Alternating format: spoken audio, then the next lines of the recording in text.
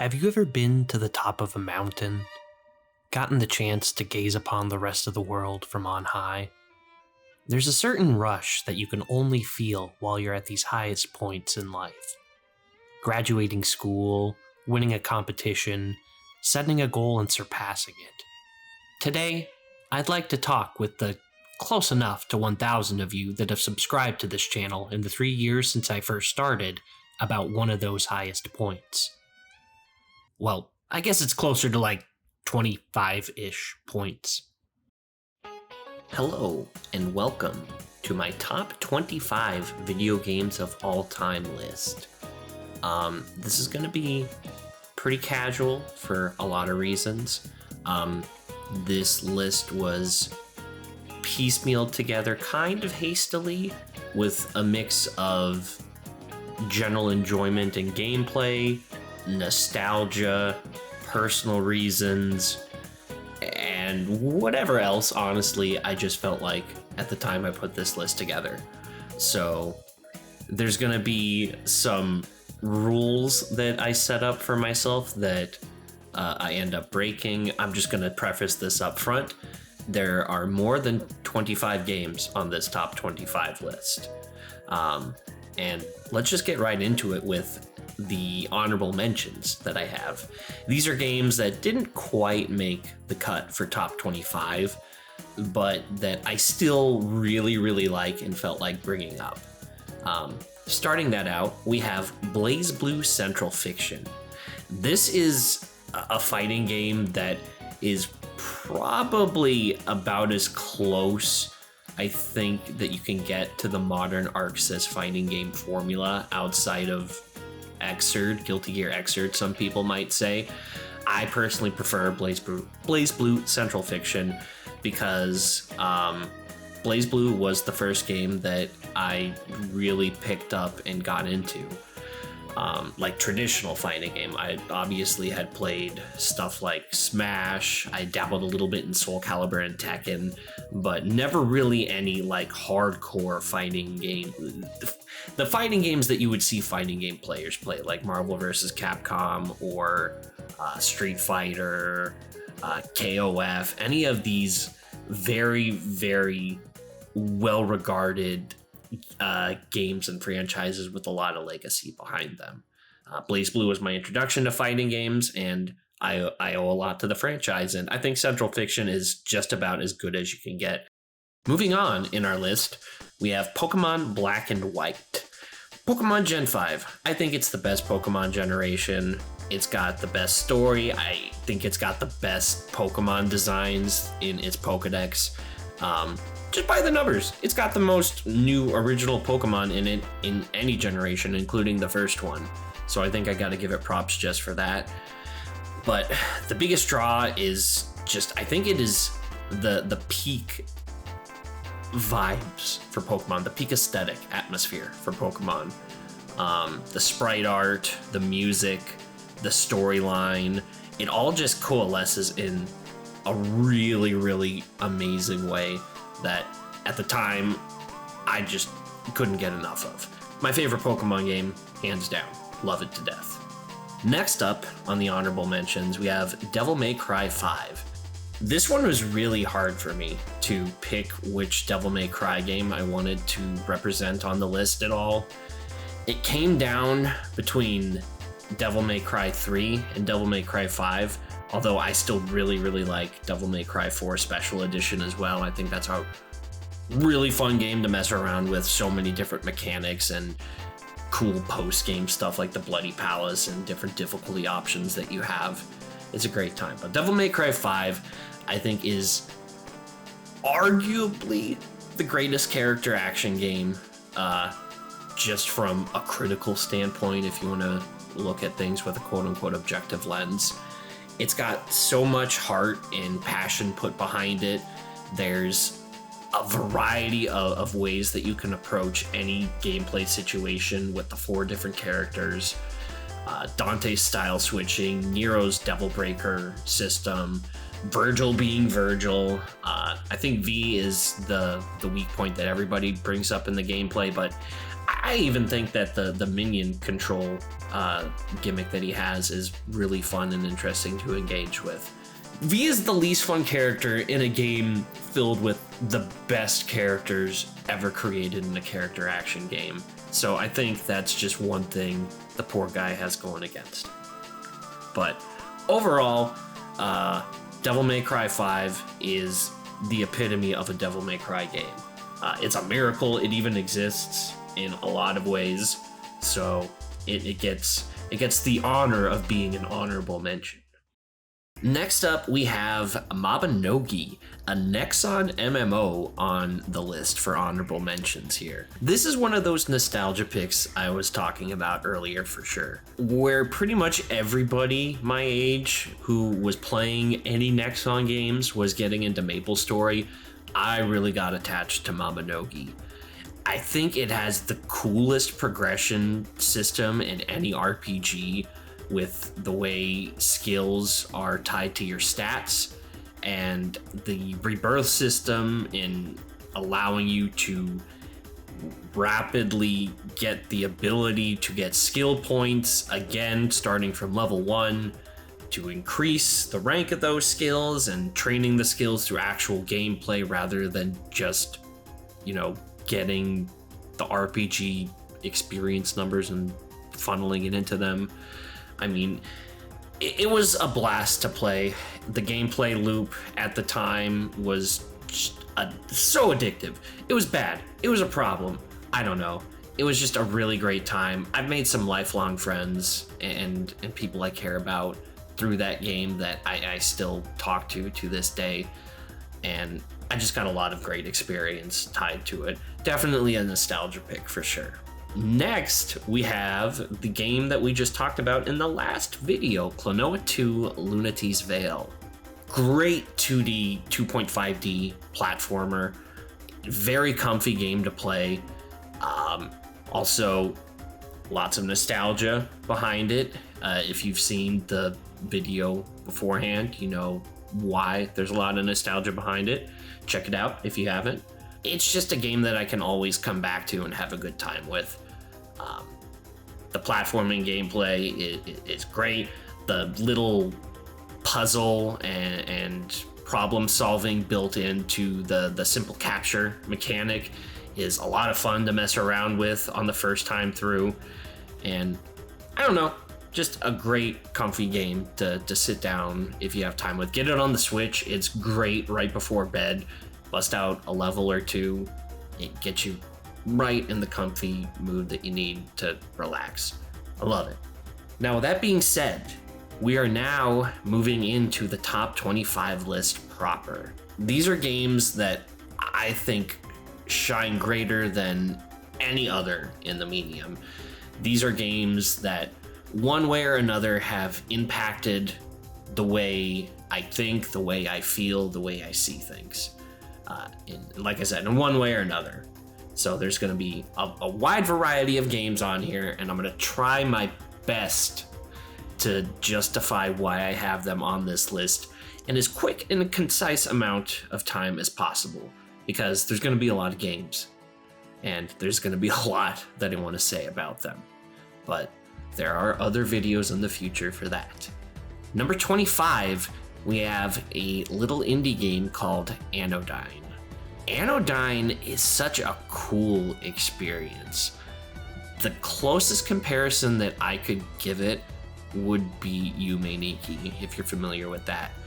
A very avant-garde, abstract game that doesn't really tell you a lot or give you direct detail as to what's going on in the story or what's happening, but it gives you the freedom to put stuff together.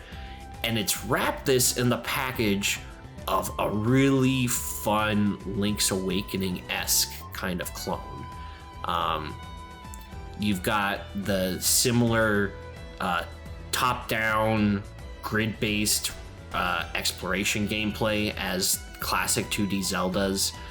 And I used Link's Awakening as a direct example just because of the atmosphere for that game.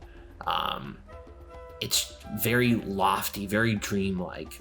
and it's here as well in Anodyne. It goes on sale for dirt cheap on pretty much every platform it's available on. When I first got it, it was like $1. If you ever see it go on sale for that much, it's well worth it. Even full price, I think it's worth the price of admission. Not gonna give much more detail than that, since it's one of those experiences that the less you know going into it, the more you get out of it, but definitely worth it. Number 24, we have Metal Gear Rising Revengeance. Raiden is my favorite Metal Gear Solid character, and this game is a lot of the reason why. So much over-the-top crazy bullshit happens in this game that realistically makes no sense, especially comparing it to a lot of the earlier things in the Metal Gear series outside of like maybe some in MGS4 or some of the crazy stuff in the Twin Snakes GameCube remake of Metal Gear Solid 1. But like, it just is an adrenaline rush of a game. And I remember the tech demos that they had going into this game of how freestyle they wanted Blade Mode to be. But even with what we got, Blade Mode is such a cool mechanic. The parry system being relatively simple, just pushing forward into the attack, it incentivizes being aggressive in a smart way. The speed runs and like no hit runs of this game are a joy to watch. You can get just so creative with how you approach every enemy encounter. It's a short experience, all things considered. You can beat this game in only a few hours, even on a first playthrough where you don't know much about it or the mechanics.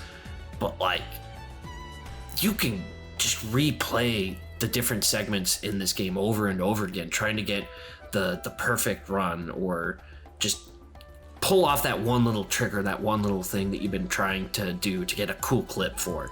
And it's worth it every time. Number 23, and this will probably be where I raise a lot of eyebrows in my audience just for its position here, but I have Xenoblade Chronicles Definitive Edition.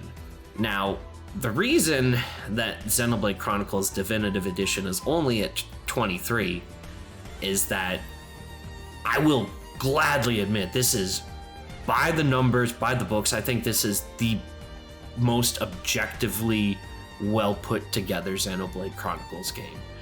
I think it's the most complete package.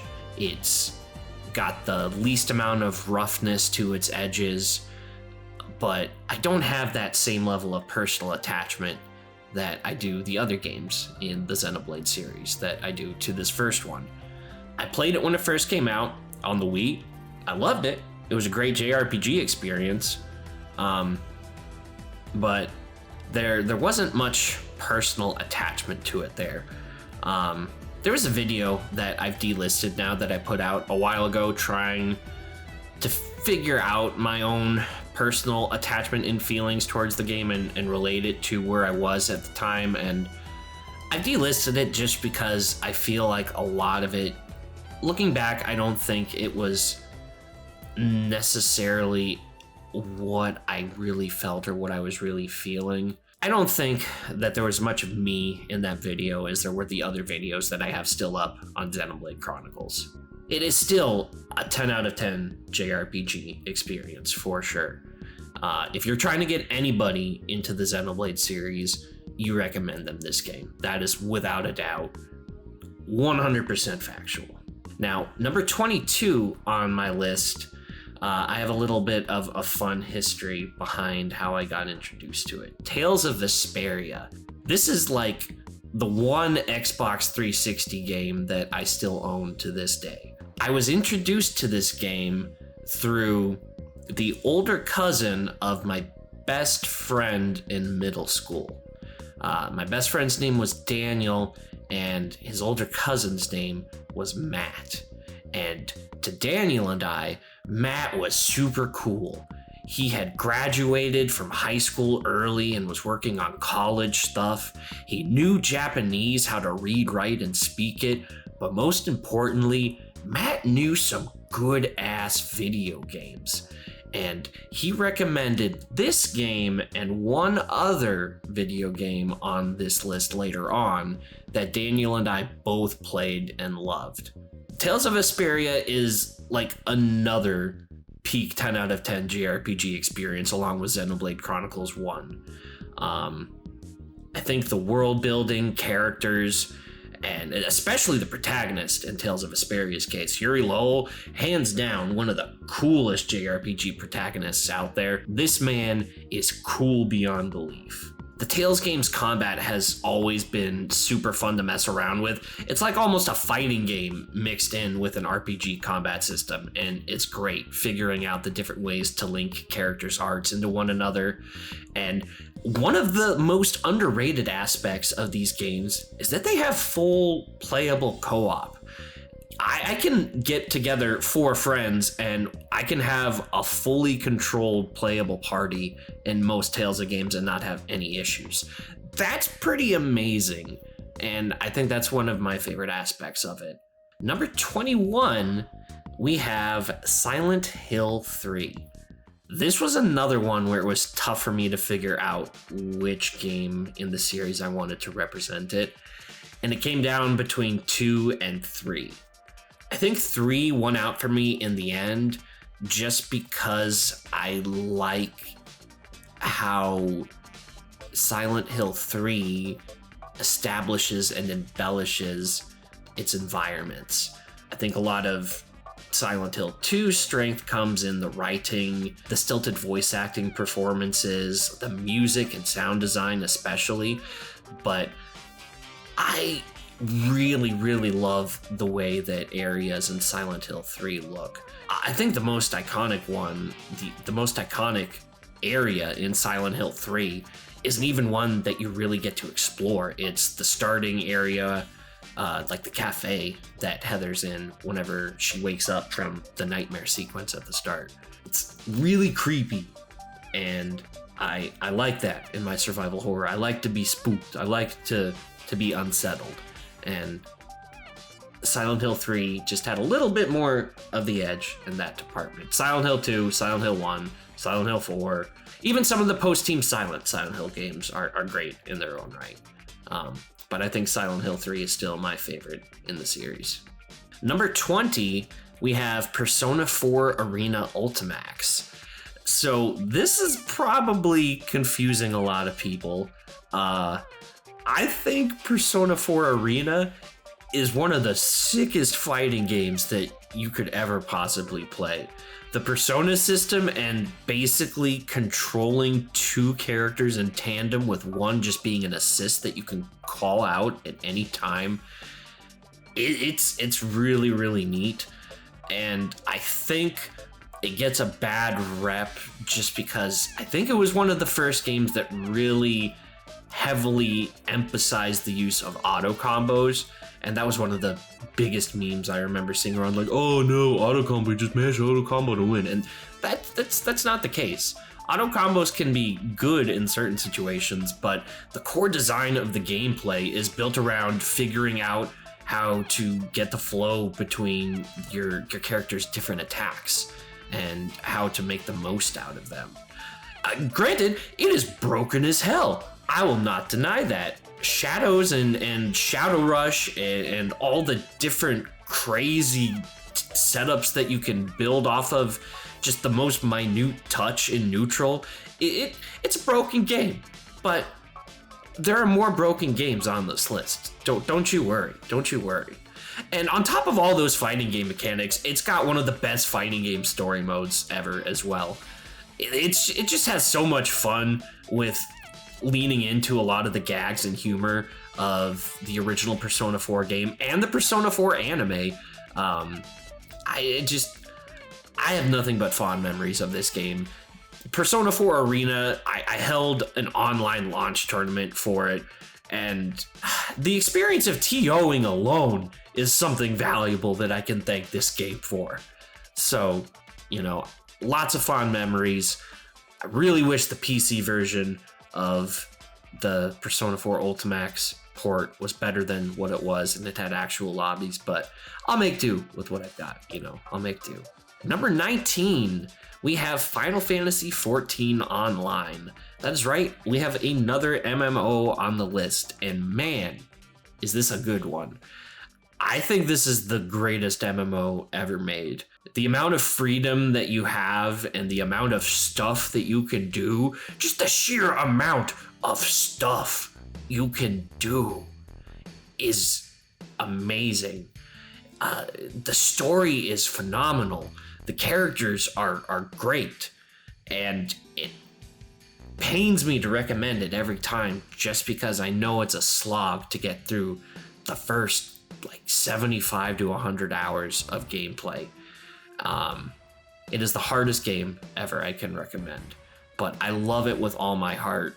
I do believe that it is worth every little bit of time that I have put into it, and I will continue to put into it just because I can tell that there's an amount of passion and real focus and care put on the side of the development team to make sure that it's something that players can love, because they play it too.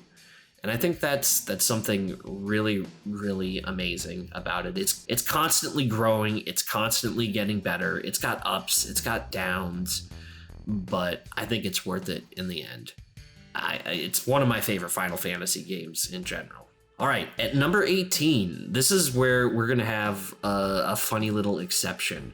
Number 18 has 2 games in it. They are Trails in the Sky SC and Third. So these are the second 2 parts of a JRPG trilogy, which is itself part of a much greater series filled with multiple trilogies, duologies, and tetralogies that make a massive interconnected narrative with recurring characters, locations, themes, and it's amazing. This is so good. You will hear all the other Xenoblade YouTube people tell you these games are good. I regret to inform you that I am yet another one to join their ranks. The art style is amazing in these early games with these cute, chibi, almost claymation looking sprites. The characters are all great. I love the interactions that they have with each other. And, it's very much of its time. These games came out originally in between 2006, 2008, 2009, I think.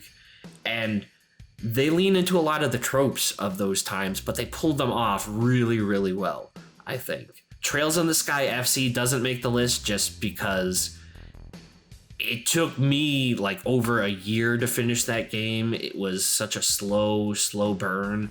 It was worth it in the end, especially getting to the second 2 games in the Sky trilogy. But like with Final Fantasy XIV, you got to pay the entry cost to get into the games, and that cost is Trails in the Sky FC.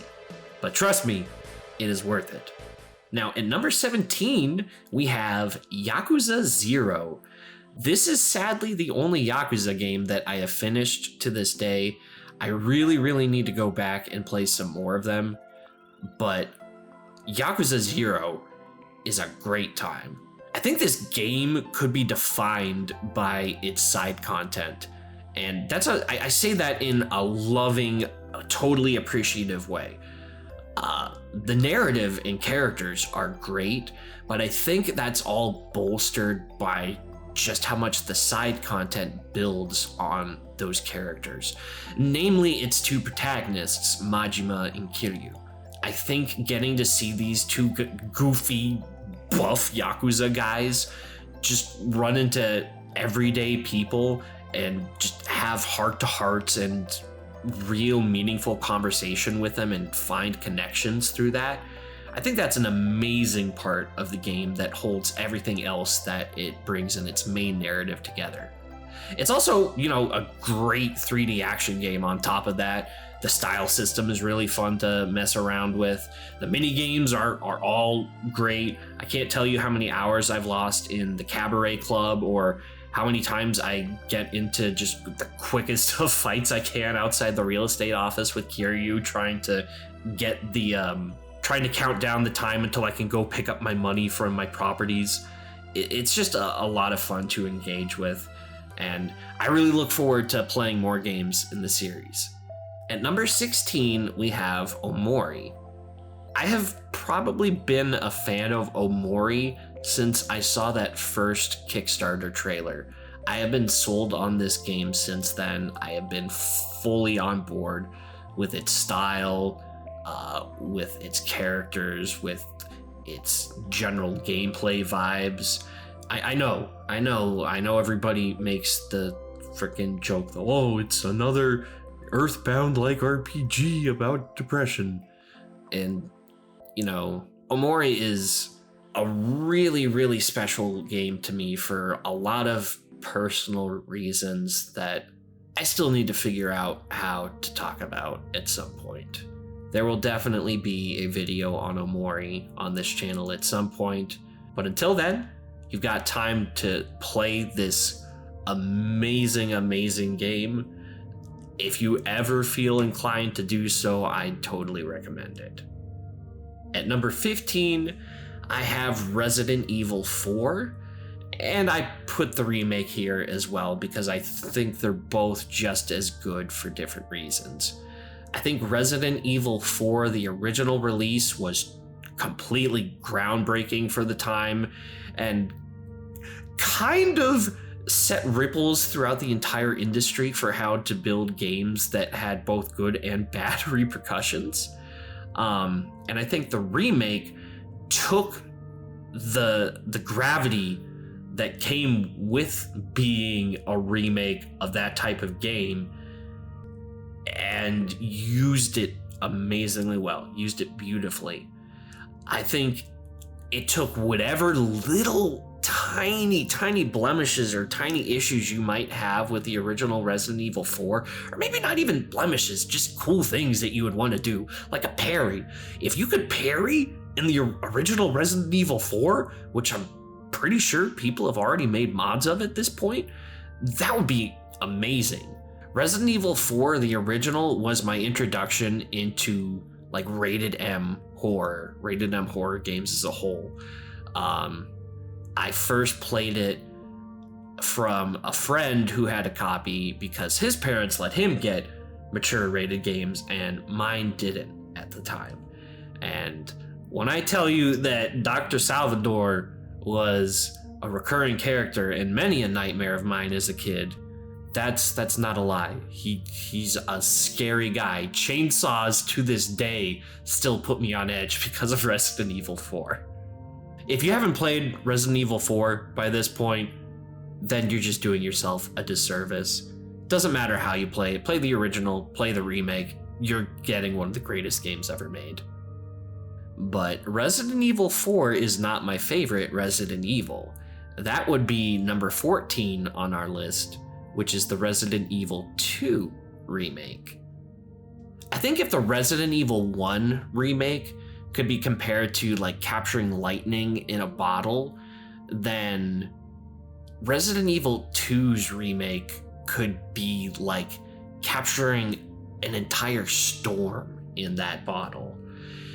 It's somehow able to elevate everything about the original Resident Evil 2 experience, take what was already there, not miss a single thing really, enhance it, add its own completely original ideas which completely change and alter the experience of the game for the better. They just do so much justice with one of the most important games in survival horror history. Resident Evil 2, I think, really established the formula and the strengths of the Resident Evil franchise that it still has to this day. And I think the Resident Evil 2 remake took that and ran with it. Moving around the RPD has had me more tense than just about every other game that I've ever played. It's a nightmare hearing Mr. X's footsteps, knowing just around any corner you could get decked in the face and lose who knows how much progress. I love it to death. Number 13 is going to be a mystery game, because this will be the next game that we talk about for what will hopefully be the Halloween special on this channel. Needless to say, it is another horror game. It is my favorite survival horror game, and I have a lot to say about it. So we'll just leave it at that. Lucky number 13, to be discussed. Number 12, we have Sonic Adventure 2 Battle. This is absolutely another nostalgia pick. I think that Sonic Mania is probably a better game altogether. And if I didn't have Sonic Adventure 2 Battle on this list, Mania would probably be here in its spot. But I think Sonic Adventure 2 Battle just embodies what I love about Sonic in a single game. Not just Sonic, but all the characters and the world surrounding him. I think it is the most Sonic game to me, if I had to figure out a way to sum it up. I have a lot of fond memories of going back and playing through all the different levels as a kid, getting the different missions completed, figuring out just how the Chow Garden worked. I was terrible starting out doing Chow stuff as a kid. I could never do any of it right. But it still holds a special place in my heart. And number 11, this is right before the top 10, we have Super Smash Bros. Ultimate. Now, Super Smash Bros., I'm no stranger to this game. If there is any game series that I have the most amount of hours in, it is Smash Bros. By far. On my Switch alone, I've got over 3,500 hours clocked in on Ultimate. I like this game a lot. I hope that's obvious. I think it's got the best single player content since Brawl. I think it's got I can't even say I think. It has the greatest fighting game roster ever made. I feel like that if you enjoy Smash Bros at all and you've ever wanted a character in the game, this is the game that added that character. This is the game that added pretty much everybody that we thought was impossible. The phrase "everybody is here" is not a lie. It's not an understatement. Everybody really is here. Whatever they do after this, which I know Sakurai has said he's done with the series, but I don't think he is. I really don't think he is. Whatever comes after this, I don't think it'll have the same magic that this game does, but I would love to be proven wrong. Until then, though, Ultimate stays at number 11 on my list. All right, we are finally at the top 10.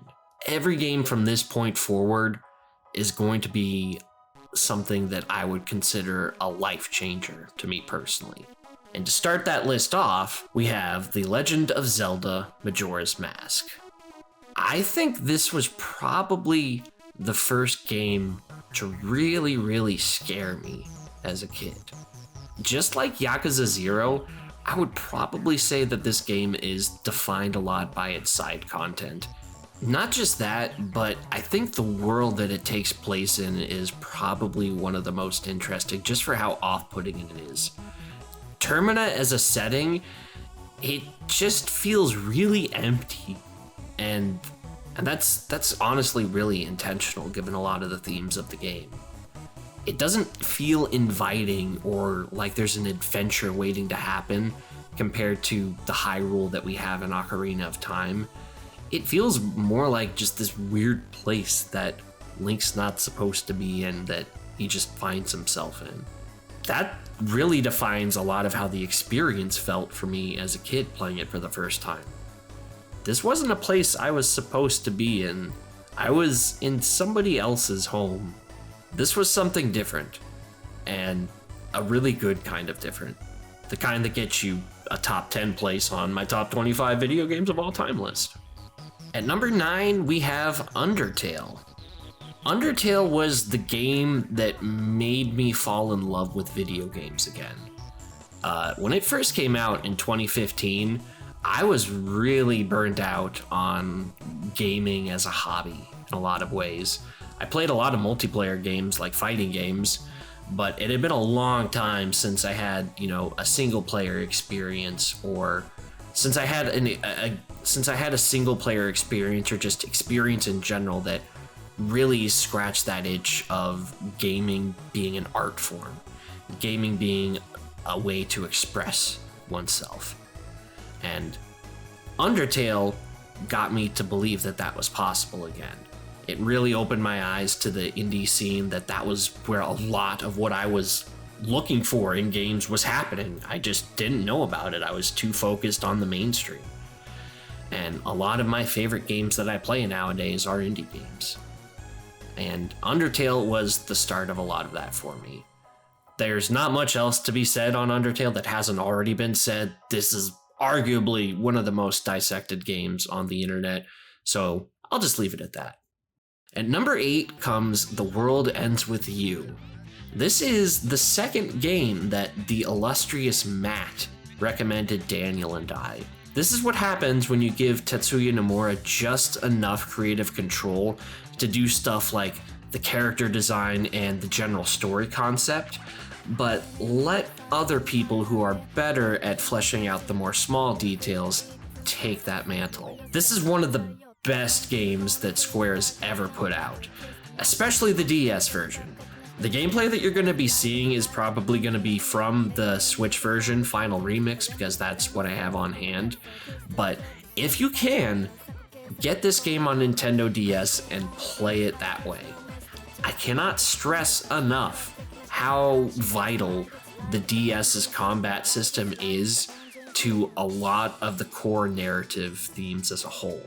It's probably the best implementation of making gameplay mechanics meaningful to story that I can remember in pretty much any game. The DS is filled with games like that, and I think it's a real shame that we haven't really expanded further beyond that outside of the Wii U, and that in itself is another tragedy. But anyway, yeah, The World Ends With You. Great game. Thank you, Matt, for recommending it.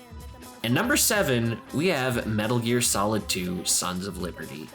Now, I did say that Raiden was my favorite Metal Gear character, and this game being this high up on the list should be no surprise. Metal Gear Solid 2 is the reason that I was terrified of making any sort of social media account until I was well into the age of being in college. I'd wanted nothing to do with the internet because of the things that this game has to say. Oh, also, it's a pretty fun stealth game too, I guess. Got some of the best mechanics and coolest level designs in a game. But, the other stuff is way more prevalent in my mind. But still, good game. At number 6, we have Final Fantasy X. I think there's a saying that goes something like, your first Final Fantasy is going to be your favorite Final Fantasy, and that's definitely true for me. Final Fantasy X was my first Final Fantasy. It was one of my first PlayStation 2 games that I ever owned, and it's one of my favorite games in general. The world of Spira, I didn't realize it at the time, just because it was one of the first video game experiences I remember having, but it's super unique. The different islands and the different cultures of the people that you meet there, and the different types of locales and that you get to go to. The Macalania Woods are so freaking beautiful. Oh my gosh. There's definitely a lot of personal reasons to this game being this high, but it's also just a fantastic game in general. The Sphere Grid is a really cool progression system, meaning that any character can pretty much fulfill any role. It's got some of the craziest post-game content that you can find out there, especially in the HD remasters, which have the international versions content. Like, you can go hard on this game if you really want to and lose 150, 200 hours just trying to complete the bestiary, or yeah, Final Fantasy X is my personal favorite Final Fantasy. All right, the top 5. These final 5 games are the best games ever, in my opinion. I apologize, I keep hyping everything up here, but in my mind, in my heart of hearts, I'm passionate about these games. I love them with all my heart. So let's just get started. At number 5, Ultimate Marvel vs. Capcom 3. This is my favorite fighting game, hands down. I've got so many different memories of being a spectator, being a casual player, being a competitor, and all of them are just as valuable.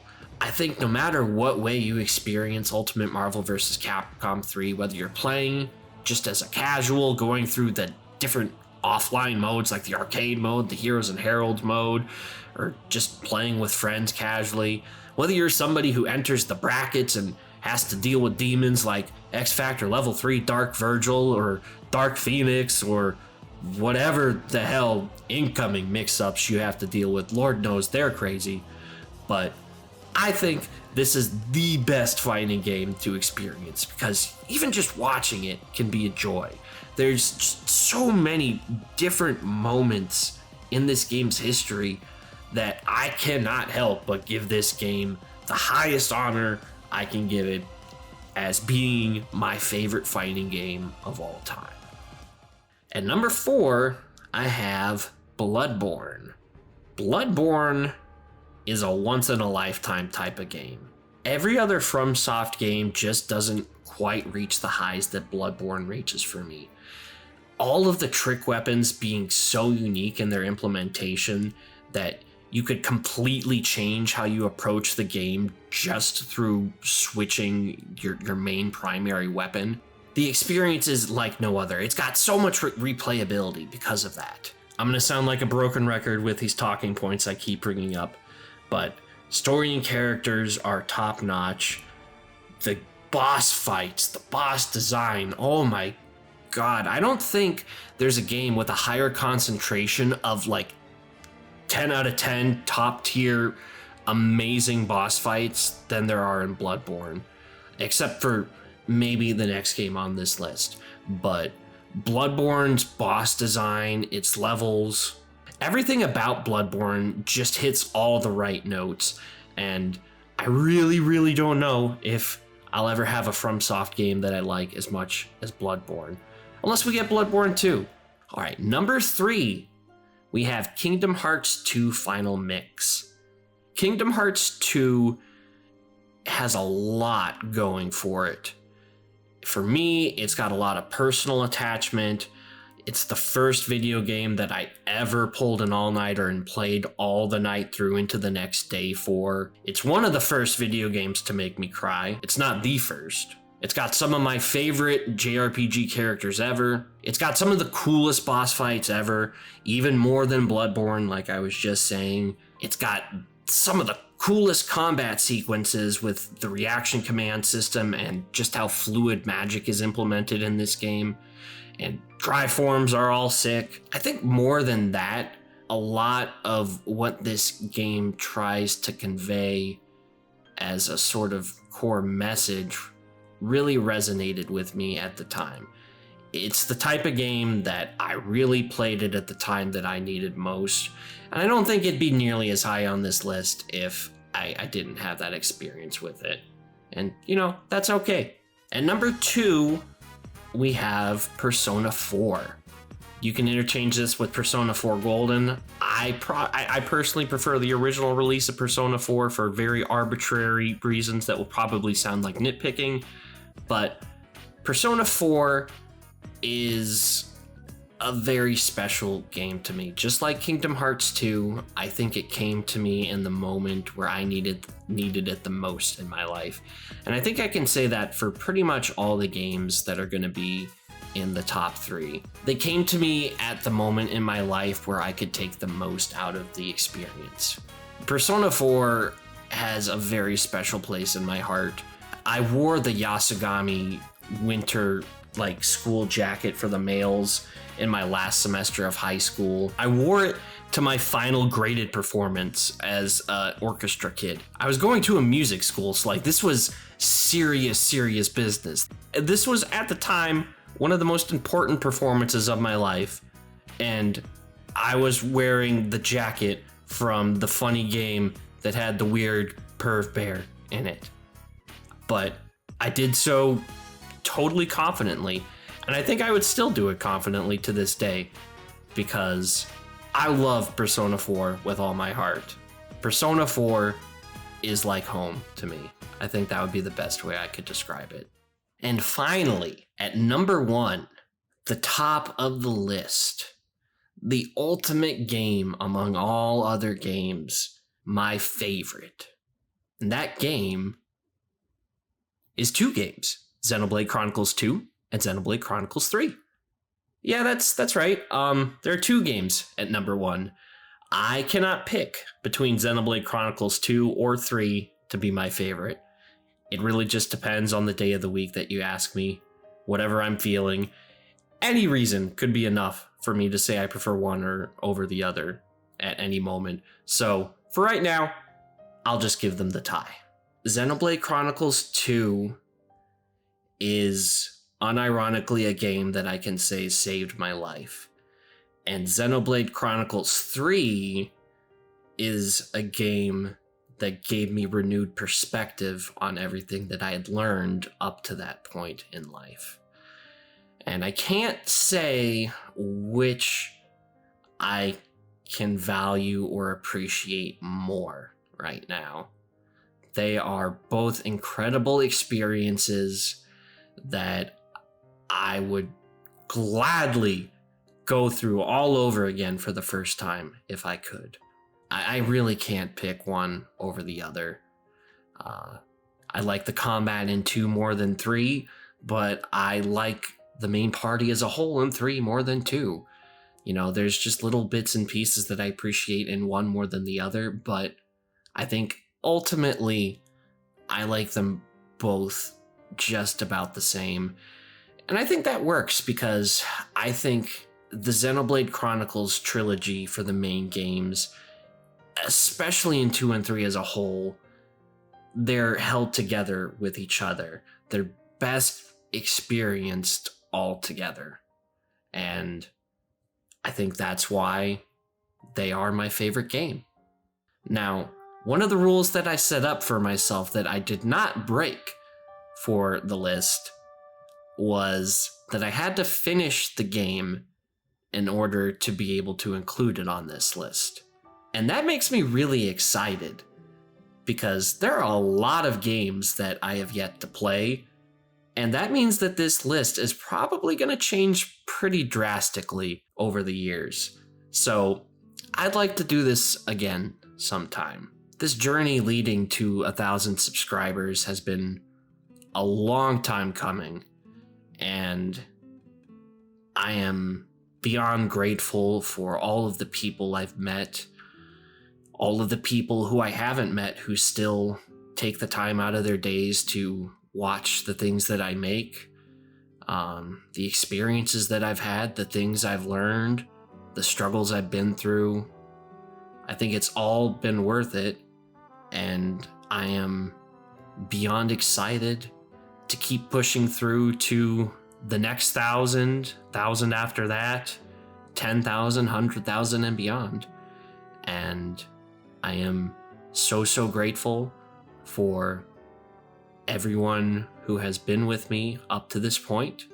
You all have kept me going whenever I've felt like giving up.